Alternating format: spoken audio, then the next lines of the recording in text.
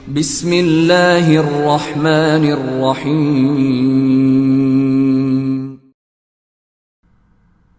Episode 5۔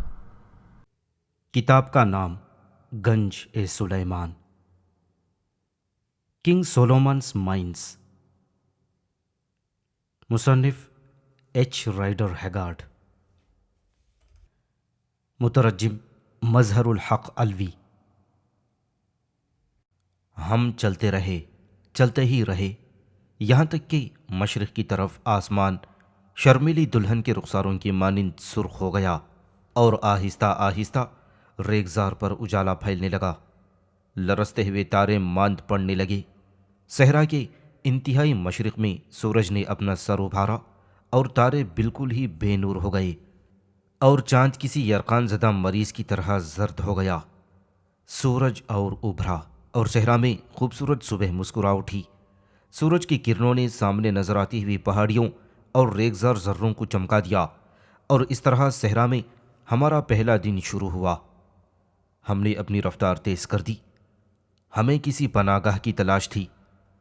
اگر 2 گھنٹے اور گزر گئے ہوتے تو تیز دھوپ اور تپتا ہوا صحرا ہمیں بھون کر رکھ دے گا۔ مسلسل 1.5 گھنٹہ چلنے کے بعد ہمیں دور پرے کچھ چٹانیں نظر آئیں۔ نخلستان کو دیکھ کر جس طرح اونٹ تیز تیز دوڑنے لگتا ہے، اسی طرح ہم ان چٹانوں کی طرف بھاگے۔ ایک بڑی سی چٹان گھونگھٹ کی طرح ایک غار پر جھکی ہوئی تھی اور اس غار میں ٹھنڈی ٹھنڈی ریت کا فرش بچھا ہوا تھا۔ یہ غار شام تک ہمیں سورج کی تیز کرنوں اور باد سموم سے بچا سکتا تھا۔ یہ چھوٹا سا غار اس وقت ہمارے لیے ایک عالیشان محل اور اس میں بچھی ہوئی ریت 20 قالینوں سے بڑھ کر تھی۔ ایک ایک کر کے ہم غار میں رینگ گئے۔ اندر پہنچ کر تھوڑا سا گوشت کھایا، پانی پیا اور پیر پسار کر گہری نیند سو گئے۔ تقریباً 3 بجے ہماری آنکھ کھلی۔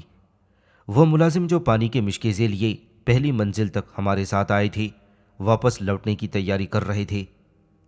اب اگر تمام دنیا کی دولت انہیں دے دی جاتی تب بھی وہ اس جگہ سے اور آگے نہ بڑھتے۔ چنانچہ ہم نے اپنی اپنی بوتلوں سے سیر ہو کر پانی پیا اور بوتلوں کو ان مشکیزوں میں سے پر کر لیا جو یہاں تک یہ ملازم لائے تھے۔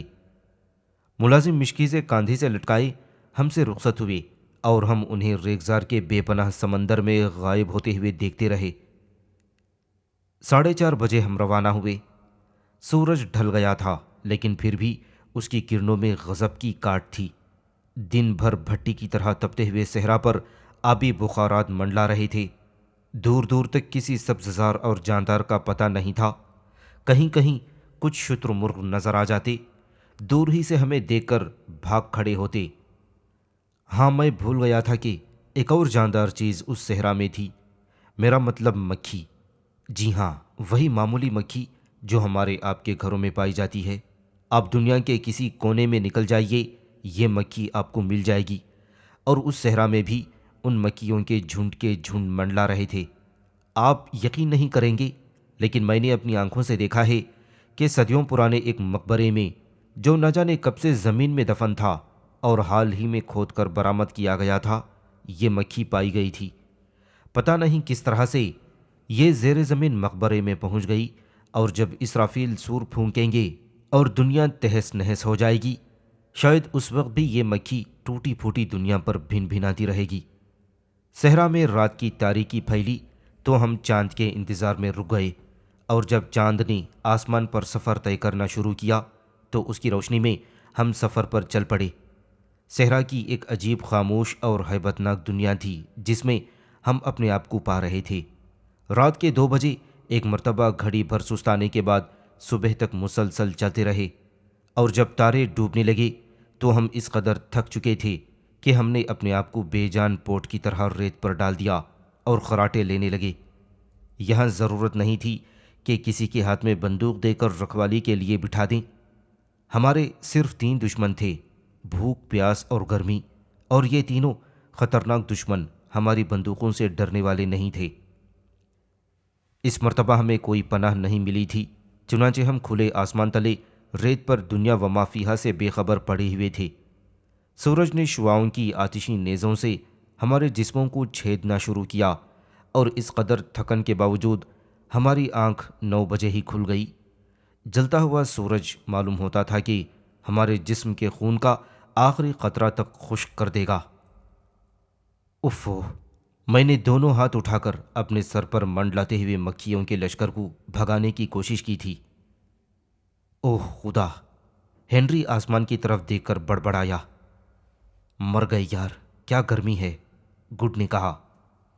گرمی ناقابل برداشت ہوتی جا رہی تھی۔ تیز دھوپ نے صحرا کے ذرے ذرے کو اس قدر چمکا دیا تھا کہ آنکھیں چندھیا جاتی تھیں۔ دور دور تک کسی چٹان اور نخلستان کا پتہ نہیں تھا۔ ریگزار آہستہ آہستہ اور تپتا جا رہا تھا اور اس کے سینے پر ریت کے ذرات ابلتے ہوئے پانی سے اٹھی ہوئی بھاپ کی طرح منڈلا رہے تھے، اور ہم بیٹھے حسرت سے ایک دوسرے کی صورت دیکھ رہے تھے۔ اب کیا کیا جائے؟ ہنری نے کہا۔ اس طرح تو ہم زیادہ دیر تک جی نہیں سکتے۔ ہم نے مایوسی سے سر جھکا لیے۔ ایک ترکیب ہو سکتی ہے، گڈ نے کہا۔ کچھ دیر بعد ایک بڑا سا گڑھا کھود کر ہم اس میں گھس جائیں اور اوپر سے ان جھاڑیوں کو کاٹ کر ڈال دیں جو ہمارے ارد گرد اگی ہوئی ہیں۔ کوئی اور وقت ہوتا تو میں گڈ کی اس تجویز کا جی بھر کر مذاق اڑاتا، لیکن اس وقت خدا یاد آ رہا تھا اور کچھ نہ ہونے سے کچھ ہونا ہی بہتر تھا۔ ظاہر تھا کہ اگر اسی طرح سے چلتے ہوئے سورج اور توے کی طرح تپتی ہوئی ریت پر پڑے رہے تو شام تک ہڈی گوشت گل کر ایک ہو جائے گا۔ چنانچہ ہم نے ہاتھوں اور چاقوؤں کی مدد سے گڑھا کھودنا شروع کیا، اور مسلسل 1 گھنٹہ محنت کے بعد ہم 2 فٹ گہرا 10 فٹ لمبا اور 12 فٹ چوڑا گڑھا کھودنے میں کامیاب ہو گئے، اور ارد گرد سے کافی تعداد میں جھاڑیاں کاٹنے کے بعد گڑھے میں رینگ گئے۔ وینٹائگل نے، جو اس ملک کی گرمی کا عادی تھا، گڑھے پر جھاڑیاں ڈال دیں اور پھر خود بھی اندر رینگ آیا۔ اس طرح ہمیں سورج کی تمازت سے پناہ تو ضرور مل گئی، لیکن اندر گھٹن اس قدر تھی کہ کلکتہ کا روایتی بلیک ہول ہمارے اس زندوں کی قبر کے سامنے ہیچ تھا۔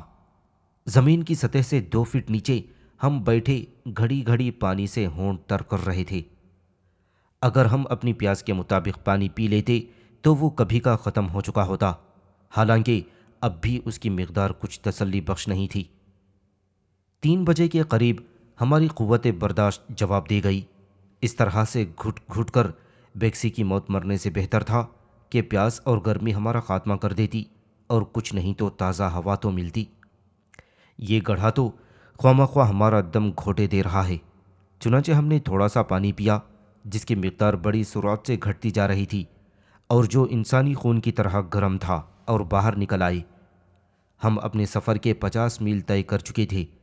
اگر قارئین سلواسٹا کے بنائے ہوئے نقشے کو دیکھیں گے تو صحرا کا طول کافی لمبا بتایا گیا ہے، اور گندے پانی کا تالاب صحرا کے تقریباً بیچ میں ہے۔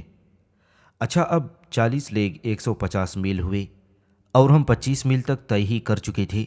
چنانچہ نقشے کے مطابق گندے پانی کا تالاب اگر وہ واقعی ہے تو ہم سے 10-15 میل کی دوری پر ہوگا۔ شام تک بڑی مشکلوں سے گھنٹہ بھر آدھ میل طے کرتے ہوئے ہم اپنے تھکے ہوئے جسموں کو گھسیٹتے رہے، اور جب سورج غروب ہوا تو چاند کے انتظار میں اور کچھ نیند کے خیال سے ریت پر لمبے لمبے لیٹ گئے۔ سونے سے پہلے امبوپا نے میری توجہ ایک طرف مبذول کروائی۔ ہم سے کوئی 8 میل دور ایک ٹیلا یا شاید وہ پہاڑی تھی نظر آ رہی تھی۔ یہ سوچتے ہوئے کہ وہ کیا چیز ہوگی، میں سو گیا۔ چاند کے ساتھ ہم پھر چل پڑے، لیکن اب ہماری طاقت جواب دے گئی تھی۔ پیر ایسے بھاری ہو گئے تھے کہ معلوم ہوتا تھا فیل پا ہو گیا ہے، اور مارے پیاس کے زبان کانٹے کی طرح سوکھ کر تالو سے جا چپکی تھی۔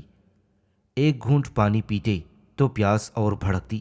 چنانچہ پیاس اور گرمی نے ہمیں اس قدر نڈھال کر دیا کہ قدم قدم پر ہمارے پیر گھٹنوں سے مڑ جاتے اور ہم اوندھے منہ ریت پر گر جاتے۔ ایسا معلوم ہوتا کہ موت اپنے دانت کٹکھٹاتی ہمارے پیچھے پیچھے آ رہی ہے اور پل بھر میں ہمیں اپنی آہنی پنجوں میں دبوچ لے گی۔ گڈ، جو تمام راستہ اپنے لطیفوں سے ہمیں ہنساتا تھا، اب خاموش تھا اور بار بار اپنے سونکھے ہونٹوں پر زبان پھیر رہا تھا۔ تھوڑا سا بھی چلنے سے ہماری سانسیں پھول جاتیں اور ہم مردوں کی طرح ریت پر گر جاتے۔ اسی طرح گرتے پڑتے رات کے تقریباً 2 بجے ہم اس پہاڑی کے قریب پہنچ گئے کہ جس کی طرف امبوپا نے میری توجہ دلائی تھی۔ یہ 100 فٹ بلند ریت کا ٹیلہ تھا۔ ہم اس ٹیلے کے قدموں میں بیٹھ گئے، پانی کا آخری قطرہ پیا اور ریت پر سوار ہو گئے، اور اب کسی کے پاس پانی کی ایک بوند تک نہیں تھی۔ جب کہ مجھ پر غنودگی چھا رہی تھی، میں نے امبوپا کو کہتے سنا، اگر ہمیں پانی نہ ملا تو کل طلوع ہونے والا چاند ہماری لاشیں دیکھے گا۔ مجھے پھریری سی آ گئی اور میں نے تصور میں دیکھا کہ مارے پیاس کے ہماری زبانیں منہ سے باہر لٹک رہی ہیں اور ہم پاگل کتوں کی طرح جلتی ہوئی ریت پر دوڑ رہے ہوں۔ کہیں پانی نہیں ملتا اور ہم تڑپ تڑپ کر مر رہے ہیں۔ یہ خیال بڑا ہی بھیانک تھا، لیکن میں اس قدر تھکا ہوا تھا کہ یہ خیال مجھے سونے سے باز نہ رکھ سکا۔ 2 ہی گھنٹے میں یعنی تقریباً 4 بجے میری آنکھ کھل گئی۔ جتنا تھکا ہوا تھا اتنا ہی تھکا تھا۔ اگر اپنے مکان پر ہوتا تو شاید مسلسل 2 روز تک سویا پڑا رہتا، لیکن یہاں پیاس کی تکلیف نے 2 ہی گھنٹے میں جگا کر تھکن کا خیال دور کر دیا تھا۔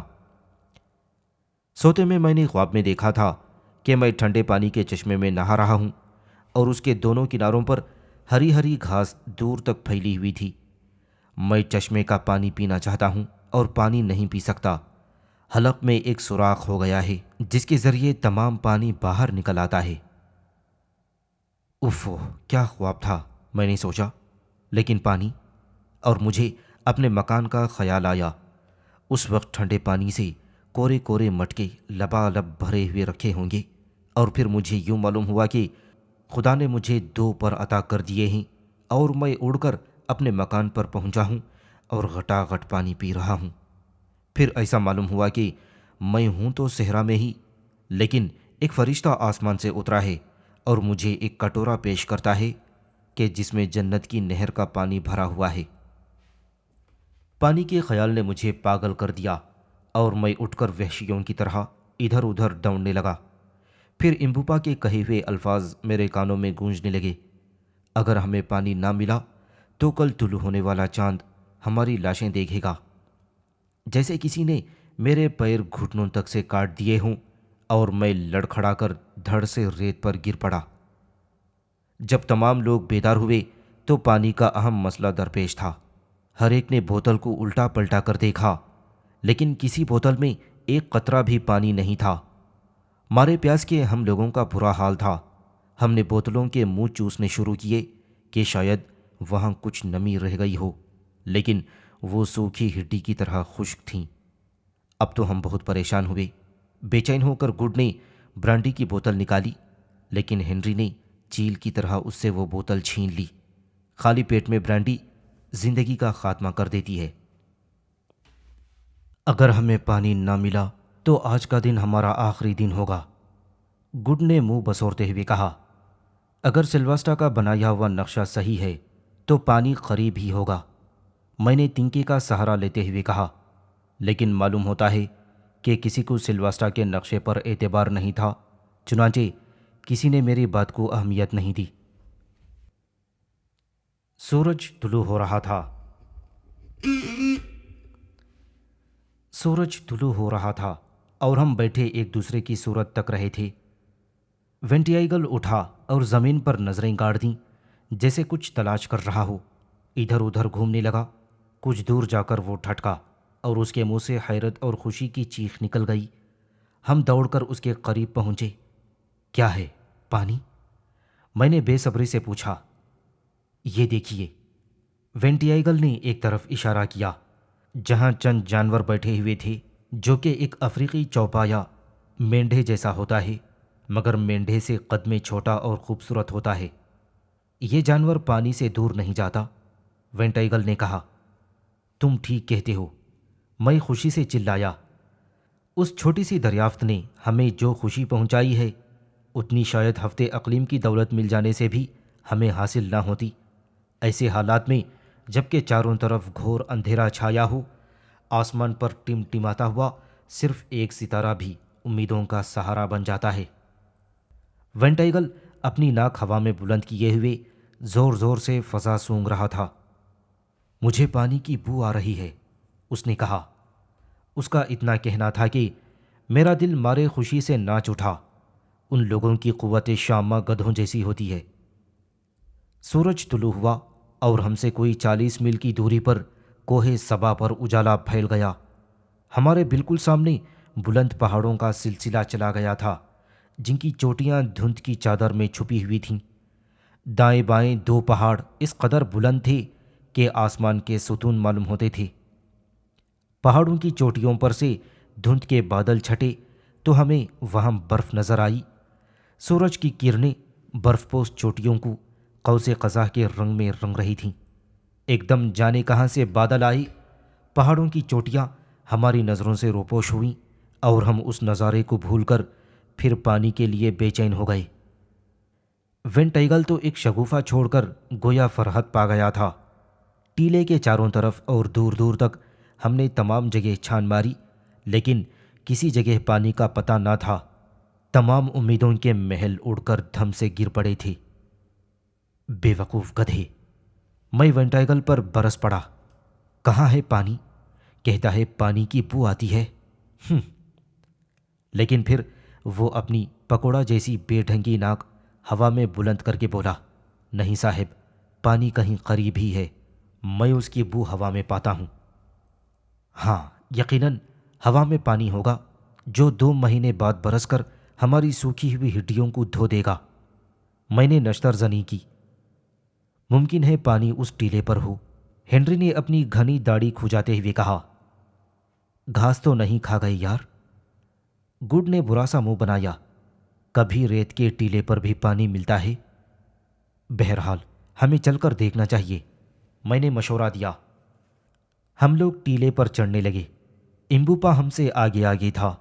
چوٹی پر پہنچ کر وہ بے تحاشا پانی پانی چلانے لگا۔ ہم بڑی بے چینی سے اس کی طرف لپکے اور وہاں ٹیلے کی چوٹی پر ایک گڑھے میں پانی بھرا ہوا تھا۔ یہ پانی یہاں کیسے آ گیا، یہ سوچنے کی فرصت کسے تھی؟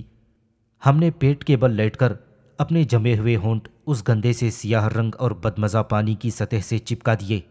ہم نے پانی کی گندگی کا کچھ خیال ہی نہیں رکھا، بس یہی ہمارے لیے کافی تھا کہ وہ پانی تھا۔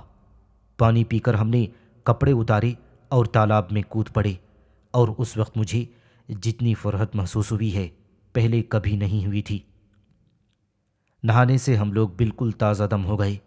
تالاب سے نکل کر کھانا کھایا اور بیٹھ کر پائپ پیتے ہوئے کوہ صبا کے بارے میں باتیں کرنے لگے جو وہاں سے صاف نظر آتا ہے، اور پھر وہیں تالاب کے کنارے دوپہر تک سوتے رہے۔ بڑے اطمینان اور سکون کی نیند سونے کے بعد اٹھ کر پھر پانی پیا اور سلواسٹا کے لیے دعائے خیر کی، جس کے نقشے نے ہماری جان بچائی تھی۔ یہ واقعی ایک معمہ تھا کہ یہ پانی اب تک سوکھا کیوں نہیں۔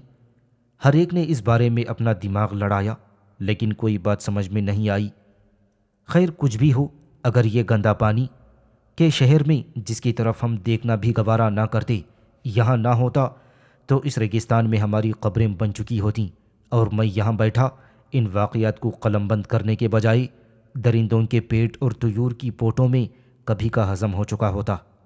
ہم نے سیر ہو کر پانی پیا، بوتلیں بھریں اور چاند کے ساتھ ساتھ پھر چل کھڑے ہوئے، اور اس رات ہم نے 20 میل طے کیے۔ شاید کہنے کی ضرورت نہیں کہ پھر ہمیں کہیں بھی پانی نہیں ملا، لیکن لگتا تھا کہ قسمت یاوری کر رہی ہے۔ دوسرے دن ہمیں ایک چھوٹی سی چٹان مل گئی جس کی چھاؤں میں ہم جا بیٹھے، اور ہم سے کوئی 20 میل دور کوہ صبا کی برف پوش چوٹیاں چمک رہی تھیں۔ جب رات نے اپنی زلفیں بکھیر دیں تو ہم چلے، اور صبح ہوتے ہوتے ہم کوہ صبا کے دائیں پہاڑ کے قدموں میں کھڑے تھے۔ یہاں آ کر پانی کی بوتلیں پھر خالی تھیں، لیکن اب ہمارے سامنے، یا یوں کہیے کہ ہمارے سروں پر برف کی سفید سفید سلیں چمک رہی تھیں، اور وہاں سے ہم پانی حاصل کر سکتے تھے۔ لیکن یہ چوٹی کافی بلند تھی، اور تیز دھوپ میں پہاڑ پر چڑھنا آپ جانیے دشوار تھا۔ پہاڑ کے دامن میں کچھ دیر سستانے کے بعد ہم نے اوپر چڑھنا شروع کر دیا۔ یہ پہاڑ صدیوں پہلے آتش فشاں رہے ہوں گے۔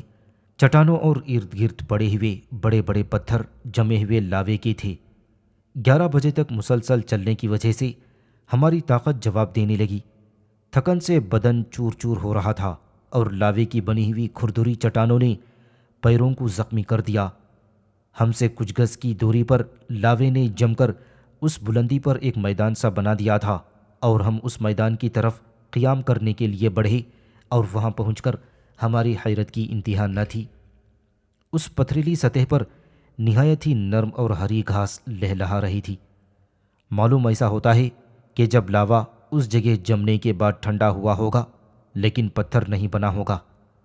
اس وقت پرندوں نے چند بیج لا کر یہاں پھینک دیے ہوں گے اور خدا نے اپنی قدرت کا تماشا دکھانے کے لیے ان پتھروں پر اور زمین کی سطح سے کافی بلندی پر گھاس کا ایک باغ لگا دیا تھا، لیکن یہ گھاس ہماری زیادہ ڈھارس نہ بڑھا سکی۔ ہم بھوکے اور پیاسے اور قبل از تاریخ کے افسانوں کی طرح گھاس تو کھا نہیں سکتے تھے، اسے ہضم کرنے کے لیے ہاتھی کا میدا اور بکرے کے دانت درکار تھے جو ہمارے پاس نہیں تھے۔ ہم چٹانوں پر بیٹھ گئے اور اس وقت پہلی مرتبہ میں نے سوچا کہ کاش میں ہنری اور گڈ کے ساتھ نہ آیا ہوتا۔ امبوپا اٹھا، کچھ دیر تک وہ کہیں خلا میں دیکھتا رہا، پھر اس نے برا سا منہ بنا کر سر کھجایا اور ہم سے چند قدم آگے بڑھ کر ٹہلنے لگا۔ گھاس کے خطے کے بیچ میں پہنچ کر وہ ٹھٹکا، پھر ایک دم سے وہ پاگل ہو گیا اور نئے کھلونے پانے والے بچوں کی طرح خوشی سے چلانے اور ناچنے گانے لگا، اور پھر کسی ہری چیز کو اپنے ہاتھ میں لے کر زور زور سے ہماری طرف بلانے لگا۔ اس کی ان حرکتوں سے ہم بھونج کر رہ گئے۔ کیا ہوا امبوپا بے وقوف؟ میں چلایا۔ کھانا اور پانی، میں کو میزن۔ اس نے پھر ہری چیز کو ہلایا اور ہم پوری قوت سے اس کی طرف بھاگے، اور وہاں پہنچ کر ہم نے دیکھا کہ گھاس کے نیچے خربوزے کی بیلوں کا جال سا بچھا ہوا تھا اور بالکل پکے ہوئے جنگلی خربوزے ہاتھ بڑھا کر توڑے جانے کے منتظر تھے۔ خربوزے؟ میں گڈ کی طرف دیکھ کر چیخا، اور دوسرے ہی لمحے گڈ کے مصنوعی دانت ایک خربوزے میں پیوست تھے اور ہم میں سے ہر ایک کم از کم 6 خربوزے ہضم کر گیا۔ یہ ایک حقیر سا میوہ ہے، لیکن اس وقت وہ مجھے دنیا کی لذیذ ترین چیز معلوم ہوئی تھی۔ خربوزوں کی وجہ سے ہماری بھوک اور پیاس تو ختم ہو گئی، لیکن کچھ تسکین نہیں ہوئی۔ ویسے ہمارے پاس تھوڑا سا سوکھا گوشت بھی تھا، لیکن اسے کھاتے کھاتے منہ بھر گیا تھا، اور پھر یہ بھی پتہ نہیں تھا کہ آگے کہیں کھانا ملے گا بھی یا نہیں۔ چنانچہ ہم داشتۂ آیت بکار کے مصداق اس کے تھوڑے گوشت کو بڑی احتیاط سے سنبھالے ہوئے تھے۔ اتفاقاً میری نظر صحرا کی طرف اٹھ گئی۔ پرندوں کی ایک ڈال تیزی سے ہماری طرف اڑی چلی آ رہی تھی۔ یہ پہاڑی پرندے کافی موٹے تازے تھے۔ نشانہ لگاؤں آقا؟ وینٹائگل چلایا اور پیٹ کے بل زمین پر رینگ گیا۔ ہم نے بھی ایسا ہی کیا اور پرندوں کے قریب آنے کے انتظار میں دم سادھے پڑے رہے۔ وہ قریب آنے لگے اور قریب، یہاں تک کہ وہ گولی کی زد میں آ گئے۔ ایک کے بعد دیگرے میں نے 2 گولیاں چلائیں اور جتھے میں سے ایک پرند قلا بازیاں کھاتا ہوا زمین پر آ رہا۔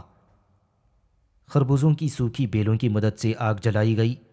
پرندہ اس پر بھنا جانے والا تھا اور پھر ہم بے صبری سے اس کے بھون کر تیار ہونے کا انتظار کرنے لگے۔ پرندہ بھون کر تیار ہو گیا تو ہم اس طرح سے اس پر ٹوٹ پڑے کہ گھڑی بھر میں ہمارے سامنے چبائی ہوئی ہڈیوں کے سوا کچھ نہ تھا۔ رات کو آگے روانہ ہوتے وقت ہم نے اپنے ساتھ چند خربوزے لے لیے۔ جیسے جیسے ہم اوپر چڑھتے جاتے ہوا سرد ہوتی جاتی، مارے سردی کے ہمارے دانت بج رہے تھے اور یخ بستہ ہوا اس طرح کی طرح ہمارے جسموں کو کاٹ رہی تھی۔ چڑھائی اس قدر مشکل تھی کہ ہم بمشکل 1 گھنٹے میں نصف میل طے کرتے اور اس طرح صبح تک چلتے رہے، اور جب رات نے صبح کے سامنے سپر ڈال دیا تو ہم برف پوش چوٹیوں سے صرف 12 میل دور تھے۔ اسی رات ہم نے بچا ہوا سوکھا گوشت اس لیے کھا لیا کہ آگے اور بھی پرندے ملیں گے۔ یہ محض خیال خام تھا۔ پانی بھی ختم ہو چکا تھا اور ہماری مایوسی کا کوئی ٹھکانہ نہ رہا، جبکہ اس پہاڑ پر کوئی چشمہ اور کوئی دریا نظر نہیں آیا۔ خیال تھا کہ برف پگھلنے کی وجہ سے پہاڑ پر کافی تعداد میں ندی یا چشمے ہوں گے، لیکن جیسا کہ بعد میں پتہ چلا کسی خاص وجہ سے تمام دریا پہاڑ کے پرلی طرف بہتے تھے۔ ہم لوگ بھوک اور پیاس سے بے چین تھے اور اب یہ تکلیف ناقابل برداشت ہوتی جا رہی تھی۔ آئندہ 3 دنوں میں جو کچھ ہم پر گزری وہ بتانے کے لیے یہاں میں اپنی ڈائری کے جو میں اس سفر میں لکھتا رہا ہوں چند اوراق نقل کرتا ہوں۔ 21 مئی صبح 11 بجے روانہ ہوئے، چند خربوزے ساتھ لیے۔ ہوا اس قدر سرد تھی کہ معلوم ہوتا تھا ہماری ہڈیوں کا گودا تک جم گیا ہے۔ خربوزے ختم ہو گئے، دن بھر ان کی تلاش میں مارے مارے پھرتے رہے لیکن کامیابی نہیں ہوئی۔ 22 مئی صبح روانہ ہوئے تھے، پرندوں کی حدود سے گزر چکے تھے، اس لیے ان کے ملنے کا بھی کوئی امید نہیں تھی۔ ہم از حد کمزور ہو گئے تھے اور یوں معلوم ہوتا تھا کہ بے ہوشی کے عالم میں چل رہے تھے۔ چنانچہ دن بھر ہم بمشکل 5 میل چلے ہوں گے۔ راستے میں برف کے چند ٹکڑے ملے جسے ہم چبا گئے اور کوئی چیز کھانے کو نہیں مل سکی۔ رات کو ایک جگہ پر قیام کیا۔ سردی ناقابل برداشت تھی۔ بدن میں گرمی لانے کے لیے ایک ایک گھونٹ برانڈی پی لی اور پھر اپنے اپنے کمبلوں میں گھٹنے پیٹ میں دے کر رات بھر سونے کی کوشش کرتے رہے۔ بھوک اور تھکن سے حالت خستہ ہو رہی تھی۔ خیال تھا کہ وینٹائگل رات ہی کو اکڑ کر مر گیا ہوگا۔ 23 مئی صبح سورج کی کرنوں نے جسم میں کچھ گرمی پہنچائی تو آگے روانہ ہوئے۔ حالت بالکل غیر ہو رہی تھی۔ رفتہ رفتہ ہم زندگی سے دور اور موت سے قریب تر ہوتے جا رہے تھے۔ میں اس خوف سے لرز رہا تھا کہ اگر آج بھی کچھ کھانے کو نہ ملا تو یہیں سے ہمارا آخری سفر شروع ہوگا۔ سوائے تھوڑی سی برانڈی کے ہمارے پاس کچھ بھی نہ تھا۔ گڈ ہینری اور امبوپا کی ثابت قدمی کی داد دینی پڑتی ہے۔ وینٹیگل کی حالت ہم سے خراب تھی۔ وہ غریب افریقہ کی گرمی کا عادی اس کڑکڑاتی سردی کو برداشت نہیں کر سکتا تھا۔